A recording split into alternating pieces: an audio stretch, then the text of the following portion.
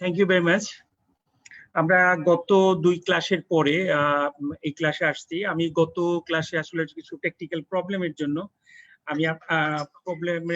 আমি করতে পারি নাই, লেকচারটা কন্টিনিউ করতে পারি নাই। আমি লেকচার দিয়ে গেছি কিন্তু আপনারা শুনেন নাই, বরং দুঃখজনক ঘটনা। তো আজকে আমরা ক্রনিক হার্ট ফেইলিউরের ম্যানেজমেন্ট ক্রনিক হার্ট ফেলিওর ম্যানেজমেন্টের আমরা থার্ড পার্ট যেটা আছে সেটা আমরা কন্টিনিউ করব এবং আজকের লেকচারের মধ্যে দিয়ে আমাদের ক্রনিক হার্ট ফেলিওর রোগীটা ট্রিটমেন্ট অপশনটা শেষ হবে। আমরা যদি আমাদের প্রথম একটু গ্যাপ হয়ে গেছে, প্রথম দিকে যদি লেকচারগুলো মনে করি যে ক্রনিক হার্ট ফেলিওর আসলে কোন এন্টিটিকে বা কোন ধরনের গ্রুপের পেশেন্টকে আমরা ক্রনিক হার্ট ফেলিওর বলবো, সেটা যদি আমরা হিসাব করি তাহলে আমরা বলছি যে পেশেন্টের সিমটম সাইন থাকবে এবং যে সিমটম এবং সাইনগুলো over periods of time, usually days, month, 2 ইয়ার্সে ডেভেলপ করে, দীর্ঘদিন ধরে যে সমস্ত পেশেন্টগুলো হার্ট ফেলিওর ডেভেলপ করবে, তার সিমটম থাকবে, সাইন থাকবে, সেই সমস্ত পেশেন্টকে আমরা ক্রনিক হার্ট ফেলিওর বলবো। এবং ইউজুয়ালি এগুলো স্ট্রাকচারাল হার্টের অ্যাবনরমালিটি থাকে, বিশেষ করে coronary artery disease, acute myocardial ইনফার্কশনের পরে, এবং কার্ডিওমায়োপ্যাথি অথবা ভালভুলার অথবা হাইপারটেনসিভ হার্ট ডিজিজের পেশেন্টগুলো দীর্ঘদিন কম্পেনসেশন অবস্থায় থাকতে যে আর লাস্টলি যখন কম্পেনসেশনটা ফেইল করে তখন ডিকম্পেনসেশন অবস্থায় সে ক্রনিক হার্ট ফেলিওর হিসেবে ডেভেলপ করে। কম্পেনসেশন হার্ট ফেলিওর আমরা তখন বলবো যখন ওভার্ট হার্ট ফেলিওরের সিমটম এবং সাইন ডেভেলপ করবে না ডিউ টু কম্পেনসেটরি মেকানিজম, এবং কোনো কারণে যদি এই কম্পেনসেটরি মেকানিজমটা আমরা লস করি তাইলেই রোগীর সিমটম ডেভেলপ করবে, এবং সেই সিমটম ডেভেলপ করা সেটাই হইতেছে ক্রনিক হার্ট ফেলিওর। এখন ক্রনিক হার্ট ফেলিওর কেন আমরা চিকিৎসা করব, আমাদের টার্গেট কি থাকবে ক্রনিক হার্ট ফেলিওরের? ক্রনিক হার্ট ফেলিওরের টার্গেট থাকবে, আমাদের প্রথম টার্গেট থাকবে রোগীকে সিমটম ফ্রি করা। 2 নম্বর টার্গেট থাকবে হলো যাতে আমরা রোগীকে হাসপাতালে ভর্তি আর না করতে হয় তার একটা ব্যবস্থা করা, যে রোগী হাসপাতালে ভর্তি হবে না এরকম যদি প্রিভেন্ট করতে পারি।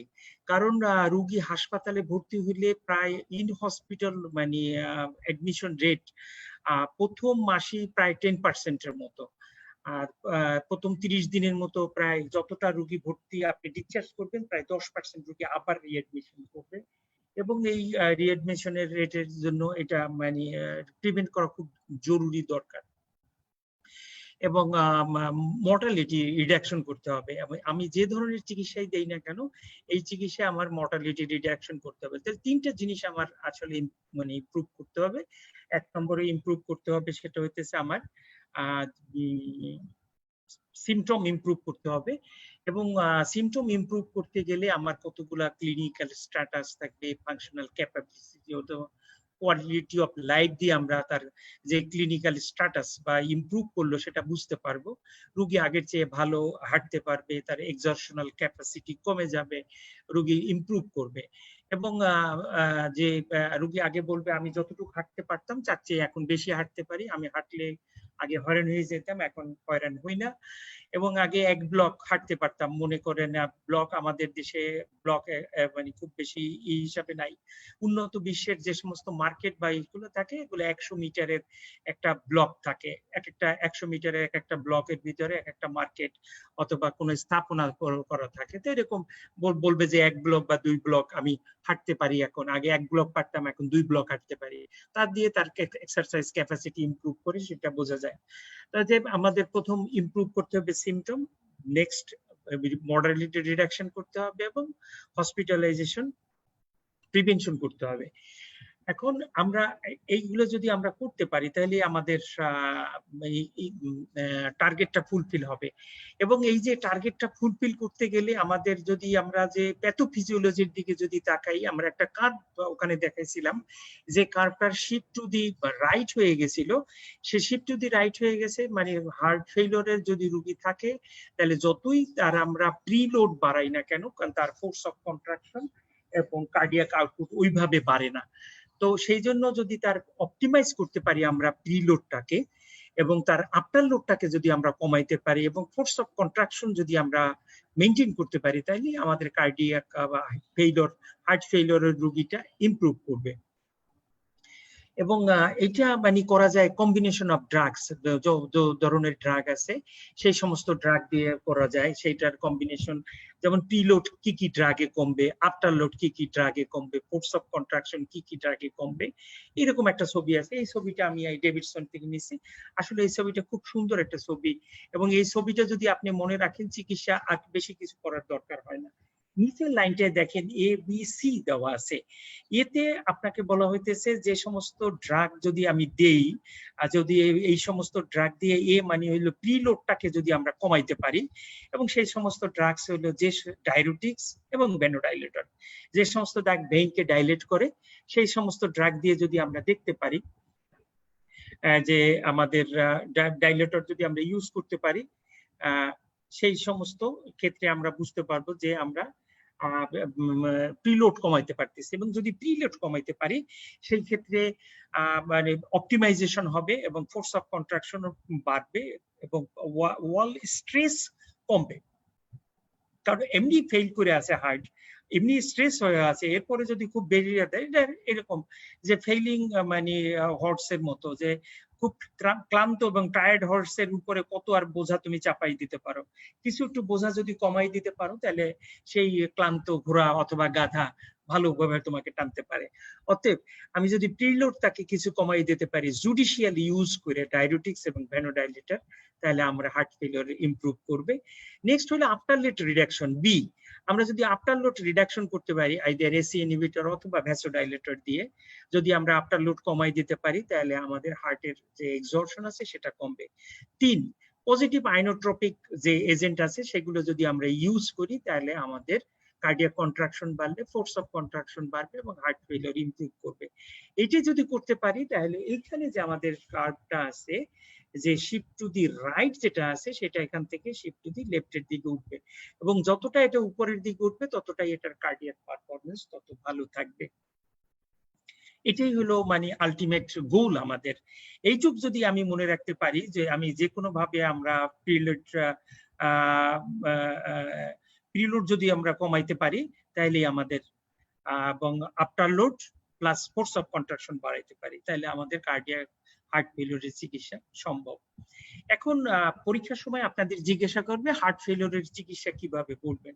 আন্ডার গ্রাজুয়েট যারা আছেন তারা বলবেন দুই ভাবে করা যায় স্যার, একটা ফার্মাকোলজিক্যাল ম্যানেজমেন্ট, একটা non pharmacological management, just same as hypertension treatment. সেক্ষেত্রে নন ফার্মাকোলজিক্যাল ম্যানেজমেন্ট ছিল মানে ডায়েট মানে এক্সারসাইজ, এক্ষেত্রে non pharmacological management maximum operation এবং ইন্টারভেনশন। এক্ষেত্রে ফার্মাকোলজিক্যাল থেরাপি হলো ফার্স্টে যেটা আছে ক্রনিক হার্ট ফেলিওরের ডায়ুরেটিক্স, নেক্সট এসি ইনহিবিটর অথবা ARB, beta blocker, aldosterone antagonist MRA, ARNI অথবা ইভাপ্রেডিন, কম্বিনেশন অফ ড্রাগস এগুলো ফেল করলে নেক্সট হাইড্রোলাজিন, আইসোসরবেট ডাইনাইট্রেটস এবং ডিগক্সিন। দেখেন এইগুলো হলো আপনার ফার্মাকোলজিক্যাল এজেন্টস। তো পরীক্ষার জন্য এই এজেন্ট কয়টা একটু মুখস্থ করে রাখতে হবে। পরীক্ষার সময় যারা জিজ্ঞাসা করলে এইগুলো বলে দিতে পারবেন আপনি যে এগুলো কি সব ড্রাগ একই রোগীকে দিতে হবে? না, সব রোগীকে দিতে হবে না। এই জন্য একটা স্টেপ কেয়ার ম্যানেজমেন্ট আছে আর স্টেপ ডাউন ম্যানেজমেন্ট আছে। সেই স্টেপ ডাউন ম্যানেজমেন্টের জন্য ম্যানেজমেন্ট করতে হবে, আমরা সেটা পরে বলতেছি। আপনার পরীক্ষার জন্য যেটুক দরকার সেটুক আপনাকে এখানে বলা। নেক্সট হলো নন ফার্মাকোলজিক্যাল ম্যানেজমেন্ট। এখানে প্রথমেই একটা কঠিন শব্দ দেওয়া আছে আইসিডি, মানে এটা একটা পেসমেকার, মানে কার্ডিওভার্টার ডিফিব্রিলেটর।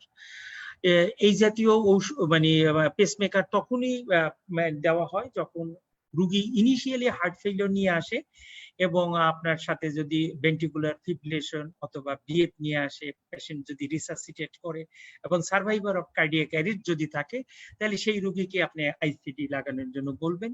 অথবা যে রোগীর হার্ট অ্যাটাক হওয়ার পরে তার হার্টের ফাংশন 40% নিচে কমে গেছে 40 দিন পর্যন্ত, সেই সমস্ত রোগীকে আপনি আইসিডি লাগানোর জন্য বলতে পারেন to prevent sudden cardiac death. কারণ হলো আইসিডি লাগায় শুধু একটা কারণেই যে হঠাৎ করে রোগীগুলো যাতে না মারা যায়। কারণ এলবি ফাংশন যদি 40-এর নিচে নেমে যায় তাহলে এই রোগীগুলা মানে সাডেন ডেথ হয়ে যায়, সাডেন কার্ডিয়াক ডেথ হয়ে যায়। সেই কার্ডিয়াক ডেথ প্রিভেন্ট করার জন্য আইসিডি লাগবে।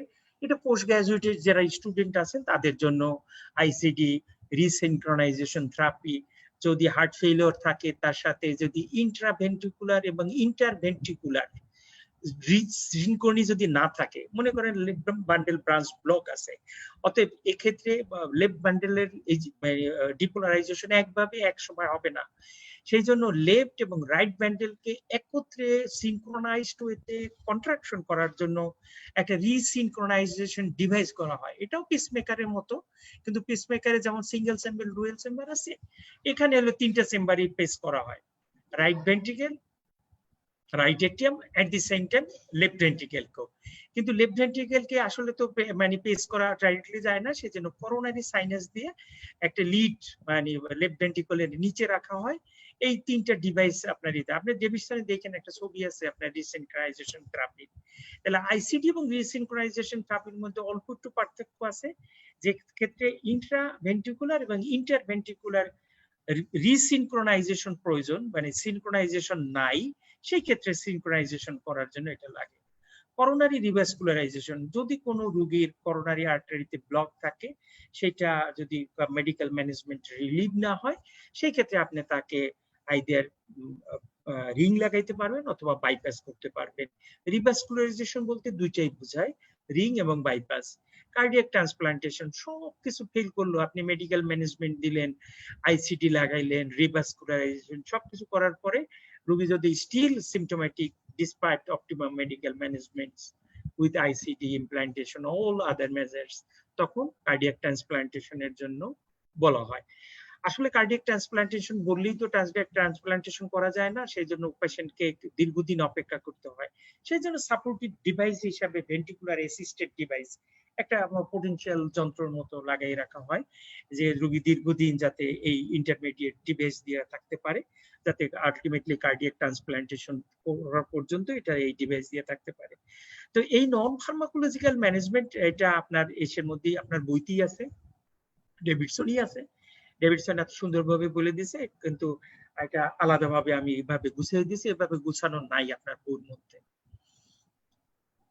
এবং এট দি সেম টাইম পেশেন্টকে একটা এডুকেশন আপনার দিতে হবে, পেশেন্টের এডুকেশনটা খুব জরুরি, এডুকেশনটা এতটাই জরুরি যে পেশেন্টকে তার সিমটম এবং কি কি করলে পেশেন্টের এই মানে সিমটম গুলো এক্সাজারেটেড হবে সেগুলো বুঝাই দেওয়া।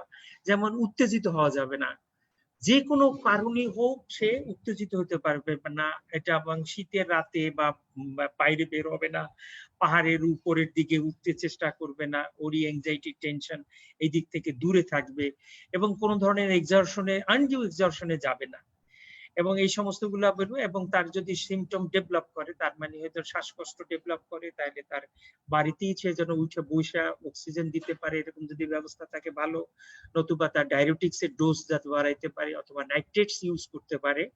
এই সমস্ত পেশেন্টের এইগুলা ডোজ অ্যাডজাস্টমেন্ট করাই দিতে হবে, এবং কিছু কিছু অ্যাডভাইস দিতে হবে যে সমস্ত সল্ট ও মানে রিটেনশন করে এই সমস্ত ড্রাগ গুলা খাবে না, সল্ট কম খাবে, এবং ডেইলি ওয়েট দিবে, এবং ওয়েট গেইন হইতেছে কিনা সেটা লক্ষ্য রাখবে। এই সমস্ত জিনিসগুলা তাকে আলটিমেটলি তাকে শিখিয়ে দিতে হবে, কারণ জাস্ট ঔষধ লিখে দিয়ে যদি আপনি ছেড়ে দেন তাহলে কিন্তু রোগী মানে বেনিফিট পাবে না ততটা। নেক্সট মানে আমরা যদি খেয়াল করি যে আমরা মানে হার্ট ফেইলিওরের ক্লাসিফিকেশন করছিলাম আমেরিকান কলেজ অফ কার্ডিওলজির স্টেজ অনুসারে, স্টেজ এ, স্টেজ বি, স্টেজ সি এবং স্টেজ ডি। যদি সেই স্টেজিংটা খেয়াল করেন, সেখানে স্টেজ এ তে আমরা বলছিলাম এই মুহূর্তে তার কোনো হার্ট ফেইলিওরের সিমটম নাই, কিন্তু পেশেন্ট যে কোনো মুহূর্তে হার্ট ফেইলিওর ডেভেলপ করতে পারে, শুধুমাত্র পেশেন্টের রিস্ক ফ্যাক্টর আছে, মনে করেন হাইপারটেনশন, ডায়াবেটিস, ডিসলিপিডিমিয়া এবং স্মোকিং এর হিস্ট্রি, এইগুলো আছে। এই সমস্ত পেশেন্টকে আমরা বলছিলাম যে হার্ট ফেইলিওর যে কোনো মুহূর্তে ডেভেলপ করতে পারে, অতএব এই সমস্ত পেশেন্টের চিকিৎসা করা যদি যায় তাহলে হার্ট ফেইলিওর ডিলে হয়, অথবা মানে মানে অনসেটটা ডিলে হয়, অথবা ডেথকে প্রিভেন্ট করতে পারে। তো এই সমস্ত ক্ষেত্রে হার্ট ফেইলিওরের যে কিছু কিছু জিনিস আছে। আর স্টেজ বি তে বলছিলাম আমরা, যে ক্ষেত্রে পেশেন্টের মানে অ্যাসিমটোমেটিক স্ট্রাকচারাল অ্যাবনরমালিটি আছে, মনে করেন একটা হার্ট হাইপারটেনশনের পেশেন্টের লেফট ভেন্ট্রিকুলার হাইপারট্রফি আছে, অথবা একটা অ্যাওর্টিক স্টেনোসিস আছে, অথবা করোনারি আর্টারিতে একটা প্ল্যাক আছে 50% এর মতো, অথবা তার স্ট্রাকচারাল যে এই অ্যাবনর্মালিটি গুলোর জন্য এখন তার কোনো সিমটম নাই, কিন্তু আলটিমেটলি পরবর্তীতে যার যে কোনো মুহূর্তে সিমটম ডেভেলপ করতে পারে। অতএব these are the মানে approach which can lead to prevent or delay the development of heart failure, or it can prevent it. It's খুব এসেনশিয়াল, খুব ভাইটাল। যদিও হার্ট ফেলিয়ার ট্রিটমেন্টের মধ্যে এই জিনিসগুলা নাই, এটা প্রিভেনশনের মধ্যে আছে। সো যদি কোনো রোগীর হাইপারটেনশন থাকে, তাকে আমরা হাইপারটেনশন চিকিৎসা করব। তার কারণ হতেছে তার হার্ট ফেলিয়ার ডিলে হবে, অথবা প্রিভেন্ট করতে পারবো আমরা heart failure. It's very important things. অথবা তার ডেথকে প্রিভেন্ট করতে পারবো। তো যে কোনো ফার্স্ট লাইন ড্রাগ দিয়ে আমরা যদি হাইপারটেনশনকে আমরা ট্রিট করতে পারি, আমরা আগে হাইপারটেনশনের ক্লাসে বলছি, আমরা এসি ইনহিবিটর অথবা এআরবি, ক্যালসিয়াম চ্যানেল ব্লকার অথবা ডায়াবেটিক্স, এই যে কোনো 4টা ফার্স্ট লাইন ড্রাগ দিয়ে তার আমরা শুরু করব অ্যাকর্ডিং টু এজ। যদি 55 এর নিচে হয় তাহলে আমরা এসি ইনহিবিটর অথবা এআরবি দেব, 55 এর উপরে যদি হয় তাহলে আমরা তাকে ক্যালসিয়াম চ্যানেল ব্লকার দিব, এবং এইভাবে আলটিমেটলি 28 দিন পর পর তার আমরা ইভ্যালুয়েট করে হাইপারটেনশনটা ম্যানেজমেন্ট করব। নেক্সট হলো আমরা করোনারি আর্টারি ডিজিজ যদি থাকে, আইদার স্টেবল অ্যাঞ্জাইনা অথবা ক্রনিক করোনারি সিনড্রোম, এখন নতুন টার্ম আসছে acute coronary syndrome, chronic coronary syndrome, যে এটা যদি থাকে তাহলে আমরা এটা ট্রিটমেন্ট দেব। যে সমস্ত রোগী এমআই আছে সেই সমস্ত রোগী অবশ্যই যেন এসি ইনহিবিটর এবং বিটা ব্লকার এবং স্ট্যাটিন এগুলো পায়। এট দি সেম টাইম যেন তার মানে অ্যাসপিরিন এগুলো সে পাইতে থাকে। কারণ এই সমস্তগুলো যদি এসি ইনহিবিটর, বিটা ব্লকার এবং স্ট্যাটিন পায়, তাহলে তার যে কার্ডিয়াক রিমোডিলিং আছে সেই কার্ডিয়াক রিমোডিলিংটা প্রিভেন্ট করবে। কারণ আমরা জানি যে ইনফ্রাক্ট এরিয়াতে যেখানে থিনিং এবং স্ট্রেসিং হয়, এবং নন ইনফ্রাক্ট যে এরিয়াটা আছে হার্টের মধ্যে, সেখানে প্রথমে ইনিশিয়ালি হাইপারট্রফি হয়, হাইপারট্রফির পর ডাইলেটেশন হয়। কতদিন পর্যন্ত, একটা টাইম পর্যন্ত এই যে হাইপারট্রফি এবং ডাইলেটেশন এটা কম্পেনসেটরি মেকানিজম হিসাবে কাজ করে, কিন্তু আলটিমেটলি কতদিন আর কম্পেনসেশন থাকবে, এটা আলটিমেটলি ফেল করে, ডাইলেটেশন হয়ে যায় এবং টোটাল হার্টটা ফেল করে, হার্টটা ডাইলেট করে, ইজেকশন ফ্র্যাকশন কমে যায়।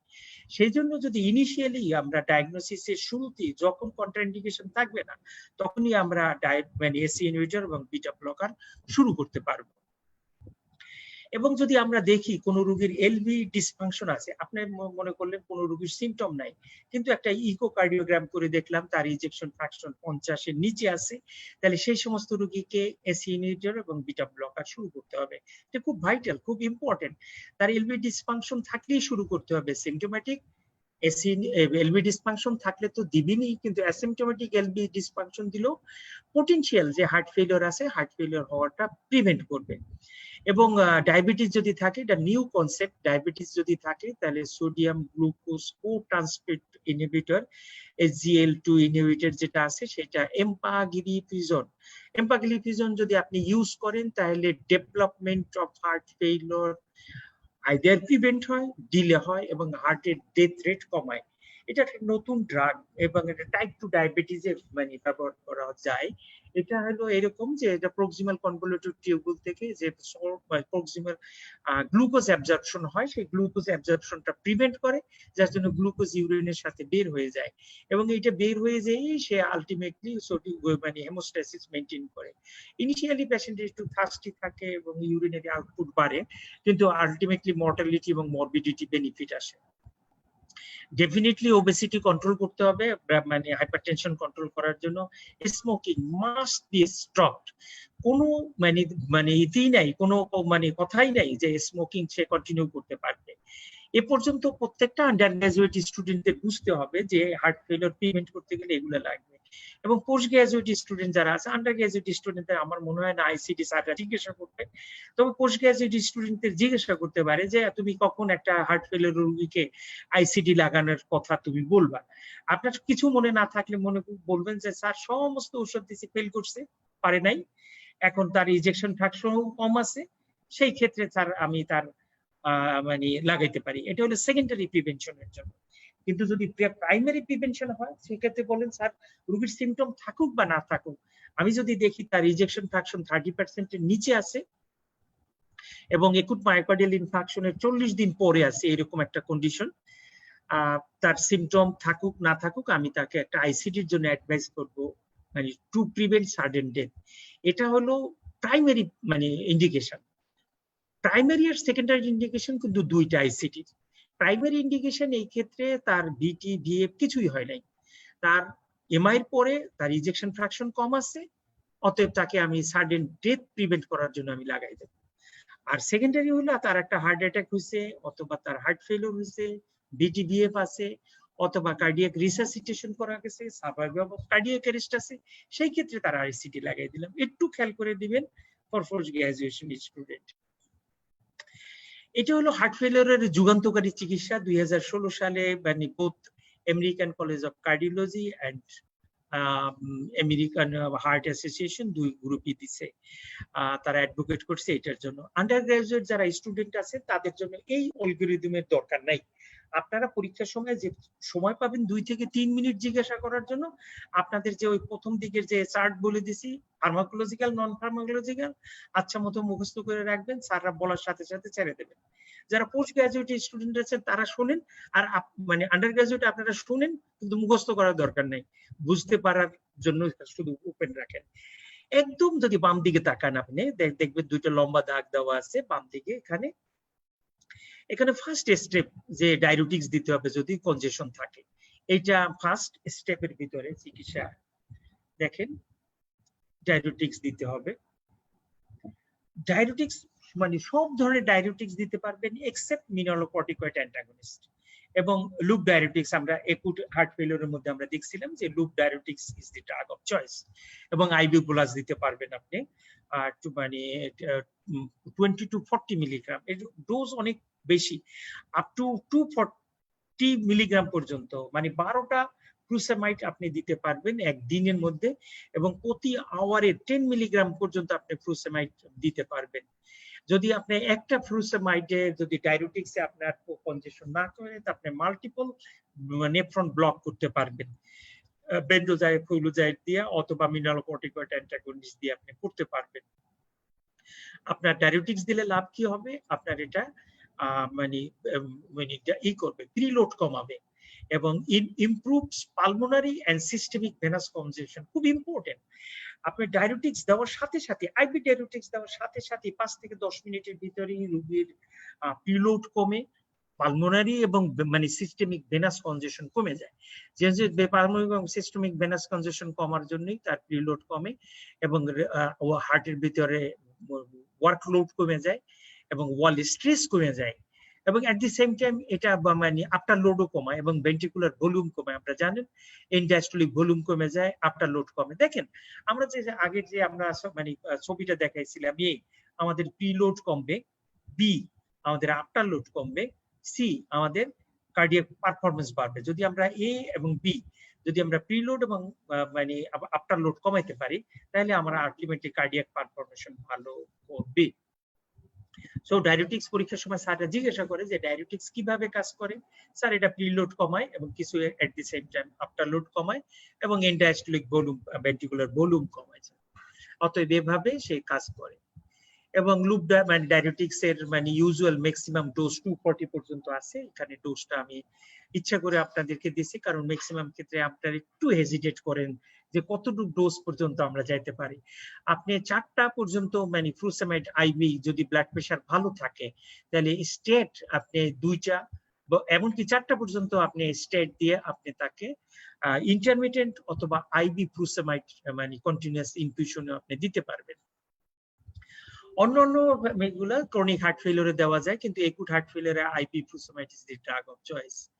এবং বুপেনানাইড, টরসামাইড, বেন্ডোফ্লুথাইজাইড, সাইক্লোপ্রোথাইজাইড এগুলো ইউজ করা যায়, স্পাইরোল্যাকটন ইউজ করা যাবে।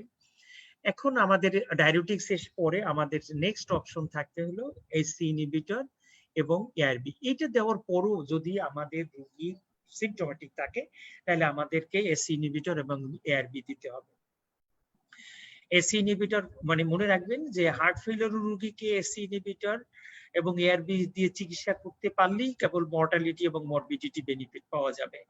এবং এসি ইনহিবিটর এবং এআরবি যে সমস্ত পেশেন্টের উইথ রিডিউসড ইজেকশন ফ্র্যাকশন আছে, রিডিউসড বলতে আমরা 40% নিচে যদি থাকে তাকে আমরা রিডিউসড বলবো, আর 40 থেকে 50 পর্যন্ত থাকে মিড রেঞ্জ, এবং 50-র উপরে যদি থাকে তাকে বলবো আমরা preserved ejection fraction, আমরা আগের ক্লাসিফিকেশনে বলছিলাম। অতএব AC inhibitor have shown to reduce the mortality and morbidity in patient with heart failure with reduced ejection fraction and is recommended unless contraindicated or not tolerated in all symptomatic patients. সমস্ত symptomatic পেশেন্টকে আপনি AC inhibitor দিতে হবে। At the same time, beta blocker also reduce the morbidity and mortality in symptomatic patient with heart failure with reduced ejection fraction despite the treatment with AC inhibitor. এখন প্রশ্ন আসতেছে, sir কোনটা আগে দেব, AC inhibitor না ARB? কোনো ধরনের কোনো কিন্তু মানে বেনিফিট নাই যে এসি ইনহিবিটর আগে দিলে লাভ হয় না বিটা ব্লকার আগে দিলে লাভ হয়। দুইটাই একত্রে দেওয়া যেতে পারে। যদি দুইটা না দেওয়া যায় তাহলে একটা দিতে হতে পারলে, আপনি যদি মনে করেন রোগীকে দুইটা দিলে হেমোডাইনামিক ডিটোরিয়েশন হতে পারে, তাহলে সেক্ষেত্রে আপনি আইদার এসি ইনহিবিটর অথবা বিটা ব্লকার দিয়ে শুরু করতে পারেন। যদি পেশেন্টের অ্যারিথমিয়া থাকে তাহলে আপনি বিটা ব্লকারকে চুজ করবেন, আর যদি পেশেন্টের হার্ট ফেলিওর প্রিডমিনেন্ট থাকে তাহলে এসি ইনহিবিটর চুজ করবেন। এটা কোনো রিকমেন্ডেশন না, এটা হলো আমার ব্যক্তিগত একটা কনসেনসাস ওপিনিয়ন। আমি দীর্ঘ দিন কার্ডিওলজিস্ট থাকার জন্য যে সুবাদে বিভিন্ন কনফারেন্স বা ইসের থেকে এটা এক্সপার্ট ওপিনিয়ন হিসাবে বিভিন্ন জায়গায় আমাদের এক্সপার্ট যারা আছেন তারা হার্ট ফেলিয়ারের বিশেষজ্ঞ তারা এভাবে কনসেনসাস দিচ্ছে, এটা আমার কথা না সরাসরি। তো সেইভাবে আপনি এটা ইউজ করতে পারবেন। There is no evidence who is favoring the initiation of treatment either with beta blocker before SI inhibitor has been started. দিয়ে শুরু করবেন তার কারণে এই ছবিটা আমি আগেরবারও দেখাইছি, এখনো দেখাইতেছি যে এসি ইনহিবিটর যদি আমরা দেই, এসি ইনহিবিটরের কাজ হলো এনজিওটেনসিনোজেন 1 থেকে এনজিওটেনসিন 1 তৈরি করা বা কিডনি দিয়ে রিনিনকে, এবং এই এনজিওটেনসিন 1 কে এনজিওটেনসিন 2 তে তৈরি করে এনজিওটেনসিন কনভার্টিং এনজাইম। যদি আমরা এনজিওটেনসিন কনভার্টিং এনজাইমকে ব্লক করতে পারি তাহলে এনজিওটেনসিন 1 এনজিওটেনসিন 2 হবে না। আর যদি এনজিওটেনসিন 2 না হয় তাহলে এনজিওটেনসিন 2 হলো পোটেন্ট ভ্যাসোকনস্ট্রিক্টর এবং সে সিম্প্যাথেটিক স্টিমুলেশন করে, এট দি সেম টাইম সে মানে অ্যালডোস্টেরন সিক্রেশন করে, যে সল্ট ওয়াটার রিটেনশন করে।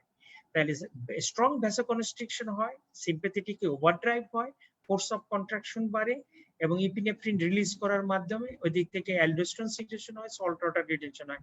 এতগুলো জিনিসকে আমরা শুধুমাত্র এসি ইনহিবিটর দিয়ে প্রিভেন্ট করতে পারি। অতএব এসি ইনহিবিটর দিলে ভ্যাসোডাইলেটেশন হবে, আফটার লোড কমবে, এট দি সেম টাইম স্প্লিউ লোডও কমবে এবং অ্যাডেড যে বেনিফিট আছে মানে সিম্প্যাথেটিক এনহ্যান্স যে অ্যাক্টিভিটি আছে, এটা আমরা যদি বিটা ব্লকার দেই তাহলে বিটা ব্লকার দিয়ে এইটা আমরা ব্লক করে দিতে পারি।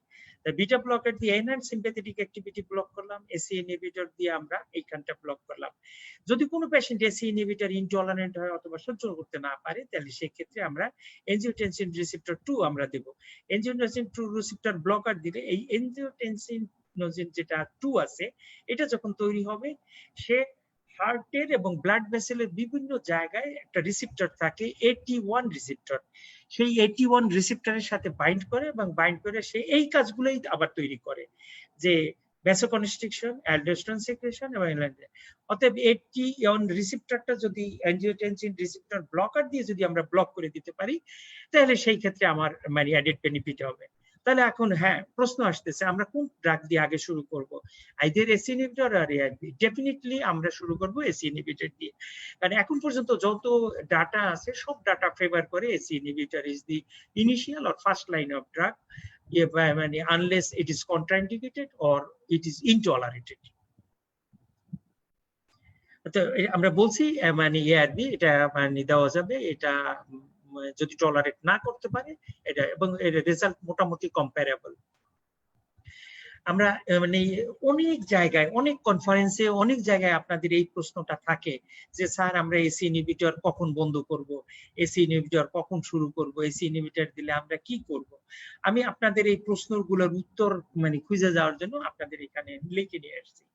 AC inhibitor the first line in symptomatic or asymptomatic heart failure.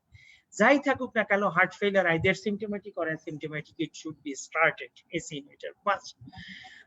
যখনই শুরু করবেন খুব লো ডোজ দিয়ে শুরু করবেন, হার্ট ফেলিয়ারের যে ডোজ আছে তার অর্ধেক ডোজ দিয়ে শুরু করবেন। নেক্সট হলো মানে মানে এসি ইনহিবিটর কন্ট্রাইন্ডিকেটেড কখন, যখন দেখবেন পটাশিয়াম 5-এর উপরে থাকে, 5.5-এর উপরে গেলে কখনোই মানে দিতে পারবেন না, ক্রিয়েটিনিন 2.5 এর উপরে গেলে না, সিস্টোলিক ব্লাড প্রেশার 90 মিলিমিটার মার্কারের নিচে থাকলে না, এবং severe aortic stenosis, bilateral renal artery stenosis, severe history of angioneurotic oedema and pregnancy, আমরা এটা বলি না প্রেগন্যান্সি যাতে অলরেডি কন্ট্রাইন্ডিকেটেড, সেই জন্য দেওয়া যাবে না। তবে পটাশিয়ামের লেভেল 5-এর উপরে গেলে কশাসলি থাকবেন, 5.5 এর উপরে গেলে বন্ধ করে দেবেন, ক্রিয়েটিনিন 2.5 এর উপরে গেলে বন্ধ করে দেবেন, এবং ব্লাড প্রেশার কমলে এটা বন্ধ করে দিতে হবে। আমি ওষুধ শুরু করলাম, যদি দেখি যে ক্রিয়েটিনিন আমার 50% এর উপরে বেড়ে গেছে, তাহলে আমি ডোজও 50% এর নিচে নিয়ে আসবো।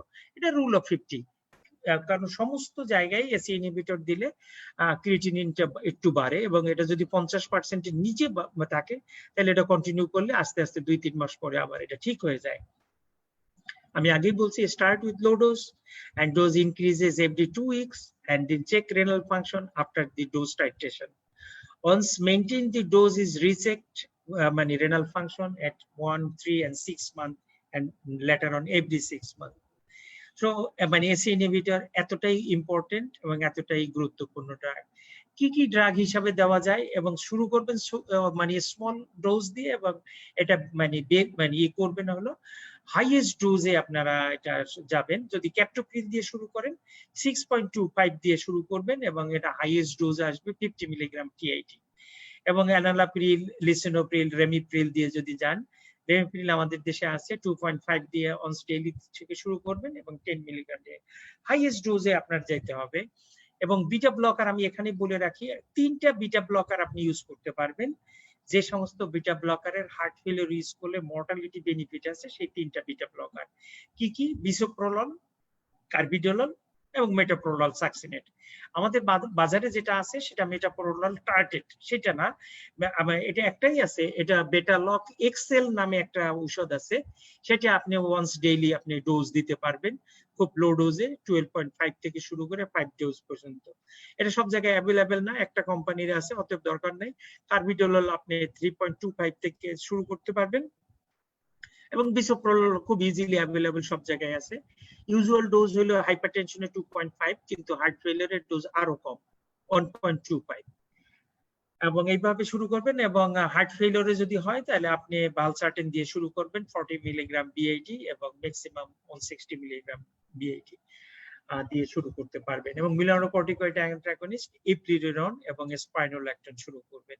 এবং নতুন আরেকটা ড্রাগ আছে আর্নি, আমরা আসতেছি, যে সমস্ত রোগীকে আপনি এসি ইনহিবিটর এর এআরবি এবং মিনারোকর্টিকয়েড অ্যান্টাগনিস্ট দেওয়ার পরও, ডায়াবেটিস দেওয়ার পরও পেশেন্ট সিমটোম্যাটিক থাকে, সেই পেশেন্টকে এসি ইনহিবিটর এবং এআরবি চেঞ্জ করে আর্নি দেওয়া যায়। এটা হলো ভালসার্টান এবং সাকুবিট্রলের একটা কম্বিনেশন, নেপ্রোলাইসিন ইনহিবিটর, আমি আসতেছি পরে। এবং একটা ফানি চ্যানেল ব্লকার আছে ইভাব্রেডিন। কিন্তু এই ড্রাগ গুলো হলো নতুন ড্রাগ, আমরা আসতেছি এক এক করে। এআরবি আমরা কথা বলছি যে যদি ইনটলারেন্ট থাকে তখন আমি এআরবি ইউজ করব। এবং বিটা ব্লকারের কথা অলরেডি আসলে বলা হয়ে গেছে। Beta blocker helps to counteract the deleterious effects of enhanced sympathetic stimulation and reduce the risk of arrhythmia, sudden death, that it reduce the morbidity and mortality. স্যাররা একটু মানে থাকেন, মানে কিউরিয়াস থাকেন যে বিটা ব্লকারে বলবে যে বিটা ব্লকার তো মানে নেগেটিভ আইনোট্রপিক ড্রাগ, এটা হার্ট ফেলিয়ারে তুমি ইউজ করলে তো তোমার রোগীর ক্ষতি হয়ে যাবে, তুমি আগে বিটা ব্লকার কন্ট্রাইন্ডিকেশন ছিল। আমরা যখন স্টুডেন্ট ছিলাম তোমাদের মতো, তখনও বিটা ব্লকার কন্ট্রাইন্ডিকেশন ছিল, যে বিটা ব্লকার হার্ট ফেলিয়ারে দেওয়া যাবে না, ক্যালসিয়াম চ্যানেল ব্লকার দেওয়া যাবে না। কিন্তু যদি বিটা ব্লকার স্মল ইনক্রিমেন্টাল ডোজে দেওয়া হয়, যেটা হার্ট হাইপারটেনশনের ডোজে না, তাহলে সে বিটা ব্লকার আপ রেগুলেশন হয় এবং সিম্প্যাথেটিক যে ওভার স্টিমুলেশন আছে এই ওভার স্টিমুলেশনটা এটা মানে কাউন্টারঅ্যাক্ট করতে পারে, যার জন্য এডিড বেনিফিট পাওয়া যায়। তবে মানে বিটা ব্লকার যদি এনওআইসি ক্লাস 4 থাকে সেই ক্ষেত্রে বিটা ব্লকার আপনি ইউজ করবেন না। এনওআইসি 4 মানে patient symptomatic still in rest, even on rest without any exertion, এরকম অবস্থায় থাকলে বিটা ব্লকার একটু কশাসলি শুরু করতে হবে এবং না করাই ভালো। এনওআইসি ক্লাস 2 to 3 তে আপনি বিটা ব্লকার ইউজ করবেন। এবং এর আগেও আমরা বলছিলাম যে সিম্পটোমেটিক লেভেলি ডিসফাংশনে দিতে পারবেন এবং সিম্পটোমেটিক দিতে পারবেন, এবং এটা দিলে হসপিটালাইজেশন রিডিউস করে এবং ইমপ্রুভমেন্ট হয় খুব স্লোলি, ওভার 3 to 6 মান্থে হয়। কাজেই এটা একটু গ্র্যাজুয়ালি অনসেট করে দেখতে হবে। Start slow, go slow. Every 2 to 4 weeks, up titrate a maximum evidence-based dose. আপনি সোজা হিসাব 1 মাস পর পর আপনি ডোজটা বাড়াবেন যদি সম্ভব হয়, আর যদি 2 সপ্তাহ পরে পারেন তা ভালো, কিন্তু দেখতে হবে রোগীর ব্লাড প্রেশার ভালো আছে এবং কোনো ধরনের হেমোডাইনামিক ডিটোরিয়েশন নাই। কারণ বিটা ব্লকারের কন্ট্রাইন্ডিকেশন আছে, মানে সাইড ইফেক্ট হতেছে হার্ট ব্লক হতে পারে এবং ব্র্যাডিকার্ডিয়া হতে পারে এবং একুট এক্সাজারবেশন অফ অ্যাজমা হতে পারে। এগুলো যদি না থাকে তাহলে আস্তে আস্তে করে আপনি বিটা ব্লকারের ডোজ বাড়াবেন এবং হাইয়েস্ট ডোজে যাবেন, মানে বিসোপ্রোলল যদি দেন তাহলে 10 মিলিগ্রাম পর্যন্ত যাইতে পারবেন।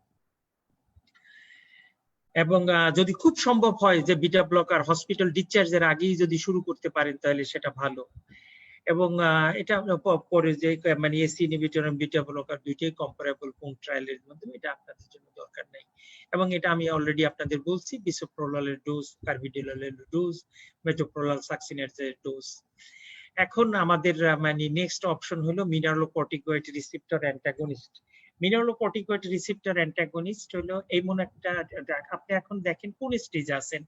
আপনি ডায়ুরেটিক্স দিবেন, এসি ইনহিবিটর অথবা এআরবি দিবেন প্লাস বিটা ব্লকার দিবেন, এরপরও পেশেন্টের সিম্পটোমেটিক আছে, তার ইনজেকশন ফ্র্যাকশন 30% এর নিচে আছে, এই সমস্ত পেশেন্টকে নেক্সট অপশন আপনার মিনারেলোকর্টিকয়েড অ্যান্টাগনিস্ট যোগ করা।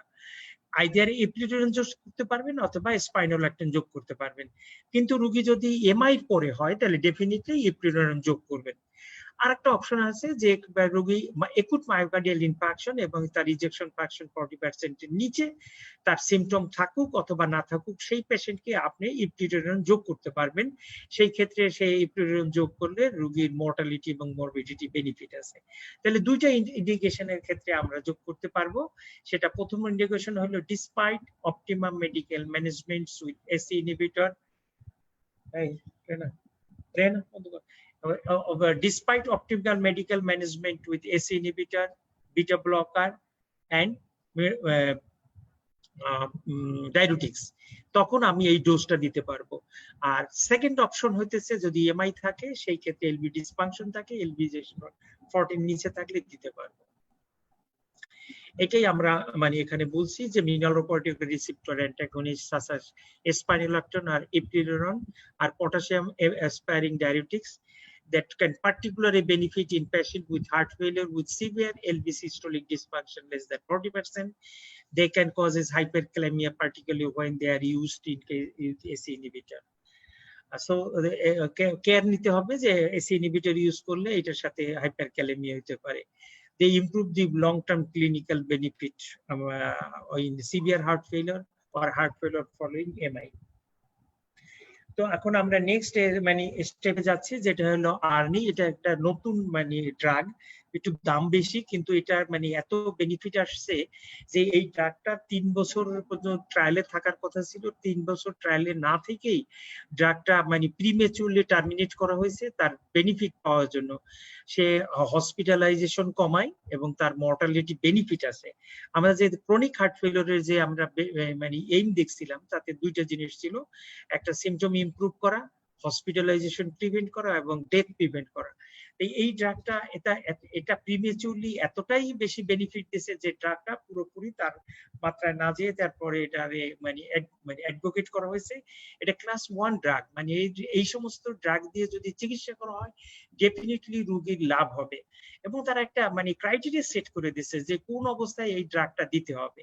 তারা ক্রাইটেরিয়া সেট করে দিয়েছে এই অবস্থায় দিতে হবে যে রোগীটাকে আপনি যে স্টেপ ডাউনে আসছেন, ডায়ুরেটিক্স দিচ্ছেন, ACE inhibitor, beta blocker, mineralocorticoid antagonist দিচ্ছেন, এরপরে রোগীটা সিমটোমেটিক, পেশেন্টের সিমটম আছে, এই রোগীকে এসি ইনহিবিটর অথবা যদি এআরবি পায় সেইটা বন্ধ করে আপনি আরনি দিতে পারেন।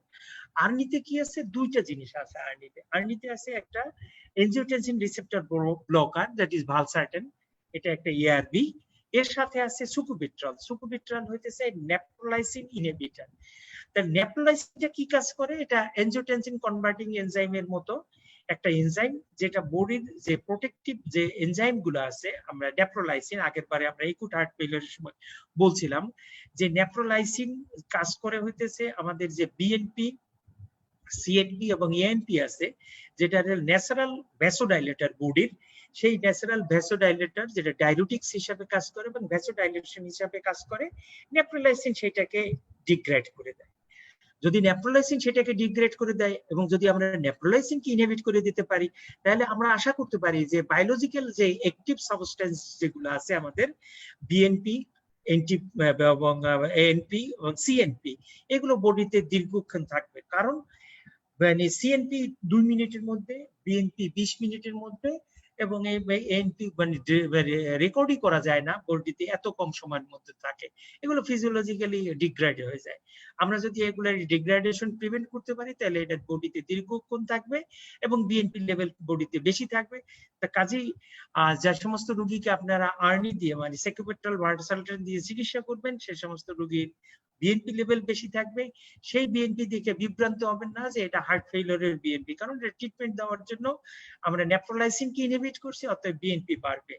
যদি এন্টি প্রো বিএনপি না বাড়ে তাহলে হার্ট ফেলিওর বাড়ে নাই। এই ক্ষেত্রে এখন মানে বেসিক কনসেপ্ট চেঞ্জ হয়ে গেছে যে বিএনপি না দেখে এন্টি প্রো বিএনপি দেখে হার্ট ফেলিওর ডায়াগনোসিস করার জন্য।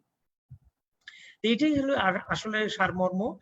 সেই ক্ষেত্রে এসি ইনহিবিটর অথবা এআরবি কে বন্ধ করে আরনি দেওয়া হয়, এটুকু জানলেই মোর দেন এনাফ। এরপরে আরেকটা চ্যানেল আছে, যদি পেশেন্ট স্টিল সিমটোমেটিক থাকে, তার মানে ACE inhibitor, beta blocker, diuretics, mineralocorticoid antagonist দেওয়ার পরেও যদি পেশেন্ট সিমটোমেটিক থাকে, সেই ক্ষেত্রে তার এলবি ইজেকশন ফ্র্যাকশন কম থাকে, সেই জন্য নতুন একটা ড্রাগ আপনি দিতে পারবেন। কিন্তু দেওয়ার আগে আপনার খেয়াল রাখতে হবে তার হার্ট রেট যেন অবশ্যই 70-এর উপরে থাকে। এটা ডিগক্সিনের মতো। আমরা ডিগক্সিন যেমন হার্ট রেট 60-এর নিচে আসলে আমরা বন্ধ করে দিই, সেই জন্য এরকম 70-এর নিচে গেলে এটা বন্ধ করে দিতে হবে 5 মিলিগ্রাম বিআইডি দিলে। এটা জাস্ট বিটা ব্লকার। আপনি মনে করেন যে এটা বিটা ব্লকারের মতোই, এটা হার্ট রেট কমাবে, কিন্তু বিটা ব্লকার যেমন ব্লাড প্রেশার কমায়, এইটা ব্লাড প্রেশার কমাবে না, এর কোনো হেমোডাইনামিক ইফেক্ট নাই। এ মানে হার্ট রেট কমায় আপনাকে বেনিফিট দেবে। এই জন্য এটা funny channel blocker, if channel blocker, এই জন্য এটা রিডিউসড ইজেকশন ফ্র্যাকশনে এটা কাজ করে। সবার শেষে আমরা ডিগক্সিনকে রাখছি। আমরা পরীক্ষার সময় আপনার মতো আমি যখন স্টুডেন্ট ছিলাম তখন আমরা ডিগক্সিনকে পড়তাম ফার্স্ট লাইন ড্রাগ হিসাবে।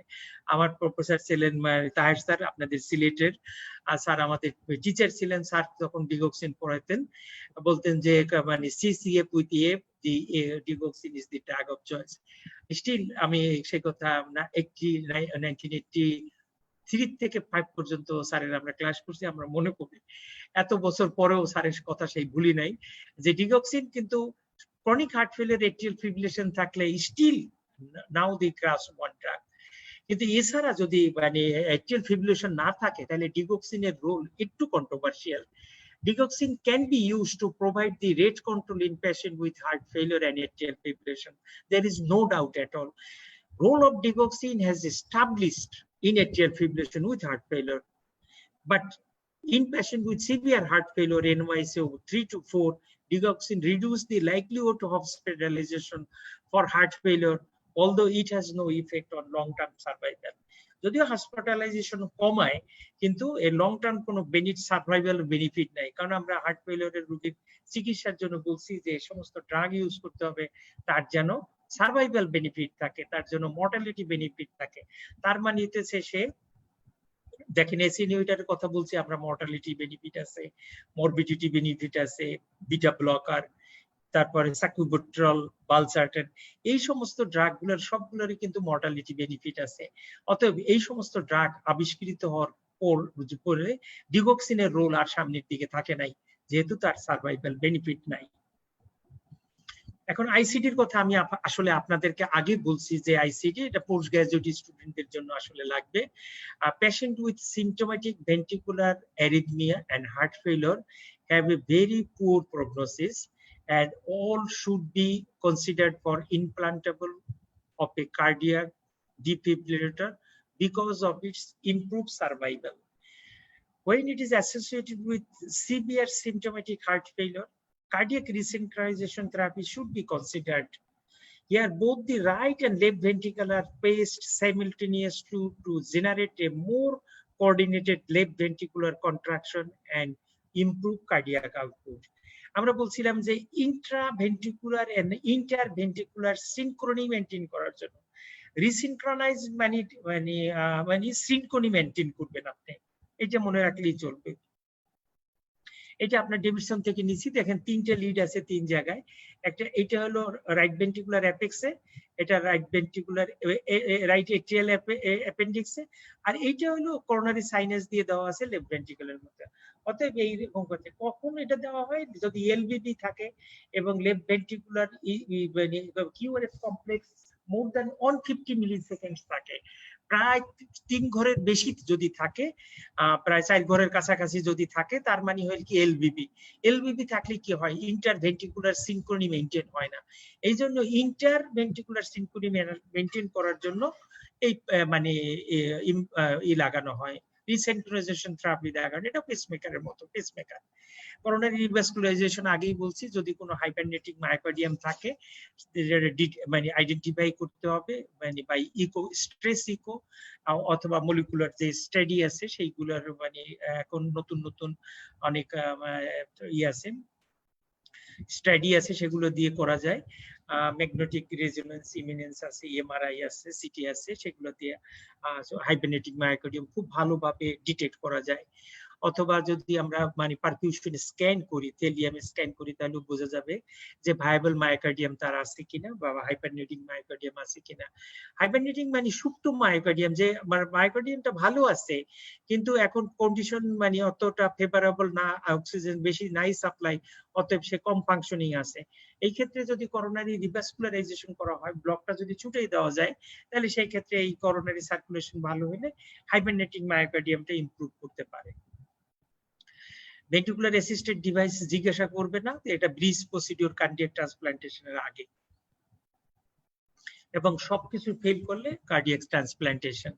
Cardiac transplantation is an established and successful treatment for patients with intractable heart failure. Coronary artery disease and dilated cardiomyopathy are most common indication, and conventional heart transplantation is contraindicated with pulmonary vascular disease due to long-lasting heart failure, complex congenital disease, or primary pulmonary hypertension. Because of right ventricle of the donor heart may fail in the phase of high pulmonary vascular resistance, সেই ক্ষেত্রে total heart lung transplantation করা যেতে পারে। So মানে আমরা শেষের দিকে যদি আমরা মরবিডিটি এন্ড মর্টালিটি যদি দেখি বা প্রগনোসিস যদি দেখি, তাহলে আমরা কিভাবে বলতে পারি, যদি হার্ট ফেলিওরের রোগী থাকে তাহলে mortality in hospital mortality 4 to 7%, তার মানে হচ্ছে 5% যদি ধরেন, হাসপাতালে ভর্তি 5% রোগী মারা যাবে। যদি 30 দিনে ধরেন তাহলে আপনি 10% রোগী মারা যাবে, অ্যাপ্রক্সিমেটলি 10% রোগী 30 দিনে মারা যাবে। তা প্রতি 10 জনে একজন রোগী মারা যাবে 30 দিনের ভিতরে। তো আমাদের দেখেন এটা যদি আরেকটু বাড়াই, 1 বছরের মধ্যে 20%, 5 বছরে আমরা আগেই বলছিলাম যে অ্যাপ্রক্সিমেটলি 50% রোগী 5 বছরের মধ্যে মারা যাবে। তাই এটা মানে প্রগনোসিস এতটাই খারাপ যে ক্যান্সারও এত খারাপ প্রগনোসিস নাই, কারণ প্রতি মানে হাসপাতাল এডমিশনের জন্য তার এলভি ফাংশন ডিটোরিয়েট করতে থাকে এবং তার মর্টালিটি বাড়তে থাকে। তাই এটাই মোটামুটি ভাবে আপনার ট্রিটমেন্টের ভিতরে প্রগনোসিস এইটুকুই। আমরা যদি সামারি অ্যাজ এ হোল করি, ক্রনিক হার্ট ফেলিয়ার এটা একটা স্টেপ মানে কেয়ার ম্যানেজমেন্ট, যেখানে ডায়ুরেটিক্স দেওয়া যাবে, ACE inhibitor, ARB, mineralocorticoid antagonist, এটা ফেল করলে আর্নি অথবা ইভাবরেডিন, এবং এর রিসাইনকিনোনাইজেশন থেরাপি। সবকিছু যদি ফেল করে তাহলে কম্বিনেশন অফ অল এবং এটাও যদি ফেল করে তাহলে সেই ক্ষেত্রে ডিগক্সিন, হাইড্রোলাজিন এবং নাইট্রেট দেওয়া যাবে। এবং যদি আমরা আমেরিকান কলেজ অফ কার্ডিওলজির হিসাব করে আমরা এই করি, স্টেপ ওয়াইজ ট্রিটমেন্ট করি, যে সমস্ত পেশেন্টকে আমরা গাইডলাইন ডিরেক্টেড মেডিকেল থেরাপি দিতে হবে। তার মানে হলো এসি ইনহিবিটর এবং এআরবি প্রায় সব রোগীরই দিতে পারবেন আপনি হার্ট ফেলিওর ডায়াগনোসিস হলে। শুধুমাত্র ডায়াবেটিক্স আপনি যোগ করবেন যদি ভলিউম কনজেশনের এভিডেন্স থাকে। তাহলে ভলিউম কনজেশনের এভিডেন্স থাকলে ডায়াবেটিক্স, নাহলে এসি ইনহিবিটর এআরবি দিবেন। এরপরে যদি ফেল করে আপনি রোগীকে ক্যাটাগরাইজ করবেন যে আমার রোগীকে যদি আমি দেই তাহলে তার ক্রিয়েটিনিন ভালো কিনা, পটাশিয়াম কম আছে কিনা, তাহলে আমি তাকে মিনারেলোকর্টিকয়েড অ্যান্টাগনিস্ট দিতে পারবো। যদি দেখি যে না তার হলো মানে এগুলো ভালো আছে প্লাস তার এসি ইনহিবিটর এবং এআরবি কন্টিনিউ করতেছে, ডায়াবেটিক্সও কন্টিনিউ করতেছে, কিন্তু হার্ট ফেলিওর কমতেছে না, তখন এসি ইনহিবিটর এবং এআরবি কে আমরা বাদ দিয়ে আমরা আর্নি দিতে পারবো। সবকিছু করার পরও যদি দেখি না তার ইন্ট্রাভেন্ট্রিকুলার সিনক্রনি মেইনটেইন হচ্ছে না, অথবা তার বিটিবিএফ আছে, সেই সমস্ত ক্ষেত্রে তার আইসিডি বসাইতে পারবো। এরপরে যদি দেখি যে না সেক্ষেত্রে আমাদের কাজ মানে হচ্ছে না, হার্ট রেট তার বেশি থাকতেছে এবং কার্ডিয়াক বা ইজেকশন ফ্র্যাকশন কম থাকতেছে, সেক্ষেত্রে তাকে আপনি ইভাপোরেটিন দিতে পারবেন। এই অপশনগুলো আপনার হাতে ওপেন থাকবে যে ইনিশিয়াল ড্রাগ দেওয়ার পরে, এসি ইনহিবিটর এবং বিটা ব্লকার দেওয়ার পরে। এরপরের স্টেজে খুব বেশি কিছু করার নাই, কারণ এই স্টেজ যদি ফেল করে স্টেজ 4 এ এবং 5 এ আপনার কার্ডিয়াক ট্রান্সপ্লান্টেশন এবং লেফট ভেন্ট্রিকুলার অ্যাসিস্টেড ডিভাইস অথবা পেশেন্টের সাথে আলাপ আলোচনা সাপেক্ষে পেশেন্টকে মানে প্যালিয়েটিভ ট্রিটমেন্ট দিয়ে রাখবেন যে কদিন বাঁচে। যদি ম্যালিগনেন্সি থাকে অথবা তার যদি খুব বেশি দিন বাঁচার প্রবাবিলিটি না থাকে তাহলে খুব মোর অ্যাগ্রেসিভ ট্রিটমেন্টের ভিতরে আপনার যাওয়ার প্রয়োজন নেই। লেটেস্ট যেটা কনসেপ্ট আছে সেটা হইতেছে পেশেন্ট যদি সিমটোমেটিক থাকে এসি ইনহিবিটর, এআরবি, ডায়াবেটিক্স এর এবং মিনারেলোকর্টিকয়েড অ্যান্টাগনিস্টের পরেও, এবং পেশেন্ট যদি টলারেট করতে পারে এসি ইনহিবিটর অথবা এআরবি, তাহলে এসি ইনহিবিটর এবং এআরবি বাদ দিয়ে আপনি আর্নিতে যাবেন, যেটা মানে নতুন গাইডলাইনে রিকমেন্ড করা আছে। অনেক সময় পরীক্ষায় পোস্ট গ্রাজুয়েশনে আর্নি আসে, আর্নি আসলে আপনার এই জিনিসটুকু একটু মনে রাখতে হবে। এটা একটা ভালসার্টান সেকুবিট্রালের কম্বিনেশন। ভালসার্টান দ্যাট মিনস এটা এনজিওটেনসিন রিসেপ্টর ব্লকার এবং sacubitril that means neprilysin inhibitor. সমস্ত কিছু বলার পরেও এখন আমরা যদি heart failure with reduced ejection fraction বলছি, কিন্তু heart failure with preserved ejection ফ্র্যাকশনের কোনো ধরনের চিকিৎসা এখন পর্যন্ত বের হয় নাই। কারণ যে সমস্ত চিকিৎসা আমরা AC inhibitor, beta blocker, diabetics আমরা বলছি সেগুলো সবগুলোই মর্টালিটি এবং মরবিডিটি বেনিফিট দেয় যদি ইজেকশন ফ্র্যাকশন কম থাকে। কিন্তু যার প্রিজার্ভড ইজেকশন ফ্র্যাকশন আছে তার হার্ট ফেলিওরের মানে কোনো চিকিৎসায় মর্টালিটি বেনিফিট নাই। সেই ক্ষেত্রে তার যে সমস্ত সেকেন্ডারি কোজ আছে সেই সমস্ত কোজ গুলো তার রিলিভ করতে হবে। তার মানে তার hypertension, diabetes, obesity, dyslipidaemia, smoking inhibition এবং আদার্স মেজার্স নিতে হবে যাতে তার লং টার্ম আউটকামটা ভালো হয়। এবং এই heart failure with preserved ejection fraction তার মানে হচ্ছে ইজেকশন ফ্র্যাকশন যদি 50 উপরে থাকে এবং তার যদি ভলিউম ওভারলোডের মানে এভিডেন্স থাকে, কনজেশন থাকে, সেক্ষেত্রে ডায়াবেটিক্স দিলে তার লাভ হবে। তাহলে আন্ডারলাইং যে সমস্ত কোমরবিডিজ আছে সেগুলো ট্রিট করতে হবে এবং ভলিউম কনজেশন থাকলে সেই ক্ষেত্রে ডায়াবেটিক্স চিকিৎসা করতে হবে। এটা বলেই আমি আপাতত এখানে আমরা শেষ করতেছি যে হার্ট ফেলিওরের চিকিৎসা আমরা 3 দিনে মানে heart failure, acute heart failure, chronic heart failure এবং অ্যাজ ওয়েল ম্যানেজমেন্ট সম্পর্কে আপনাদের বিশদভাবে আলোচনা করছি। যা আমি পড়াইছি আপনাদেরকে তার হয়তো 10 to 15% আপনাদের পরীক্ষার সময় লাগবে না। যেটুক পরীক্ষার সময় লাগবে যাদেরকে আমি সেটুকু বলে দিচ্ছি আপনাদের কোনটুক করতে হবে।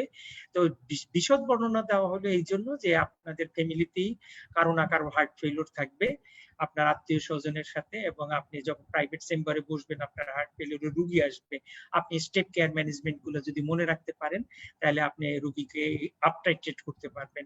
এবং রোগীর চিকিৎসা আপটাইট্রেট করতে যে যদি আপনি দেখেন যে ব্লাড প্রেশার কমে যেতেছে সেক্ষেত্রে আবার তাকে ডাউন রেগুলেট করতে পারবেন। সবাইকে এই করোনাকালীন সময় মানে আপনাদেরকে মানে সতর্ক থাকার জন্য অনুরোধ জানাচ্ছি। আপনারা নিরাপদে থাকুন, ঘরে থাকুন, আপনাদের প্রিয়জনকে নিয়ে সুখে শান্তিতে থাকুন। এবং বাংলাদেশ আজকে দেখছেন মনে হয় যে 28তম কান্ট্রিতে পরিণত হয়েছেন। আমাদের সম্মানিত বিএম এর মহাসচিব মোস্তফা জালাল মহিউদ্দিন ভাই নিজেও আক্রান্ত। আমাদের সিলেটের মেডিকেল কলেজের 25 ব্যাচের যে রোবেদ আমিন স্যার, উনি মানে করোনার ফ্রন্টলাইন ফাইটার হিসাবে উনি সবাইকে সতর্ক করছেন। উনি যতগুলো লাইভ করছেন, যতগুলো মানুষকে মানে এই করোনা ব্যাপারে সচেতন করতে দেখছেন, আমি দেখি নাই এত ধরনের। উনি নিজেও আক্রান্ত, ওনার জন্য দোয়া করবেন। ওনার জন্য সাথে না সমস্ত যারা করোনায় আক্রান্ত চিকিৎসক ছাড়া তাদের আত্মীয় স্বজন এবং সমস্ত আমাদের এই যে বৈশ্বিক মহামারী থেকে আমাদের যেন আল্লাহ মানে পরিত্রাণ দেয়। আমরা যেন একটা আগামী সুন্দর এবং সুস্থ দিনের যেন আমরা মুখ দেখতে পারি। আমরা যেন মাস্ক ছাড়া আমরা যেন আবার আগের মতো সেই উজ্জ্বল দিনে ফিরে যেতে পারি। পরম আল্লাহর কাছে এই কামনা করতেছি এবং আপনাদের সকলকে সুস্বাস্থ্য কামনা করে আমি শেষ করছি। আল্লাহ হাফেজ।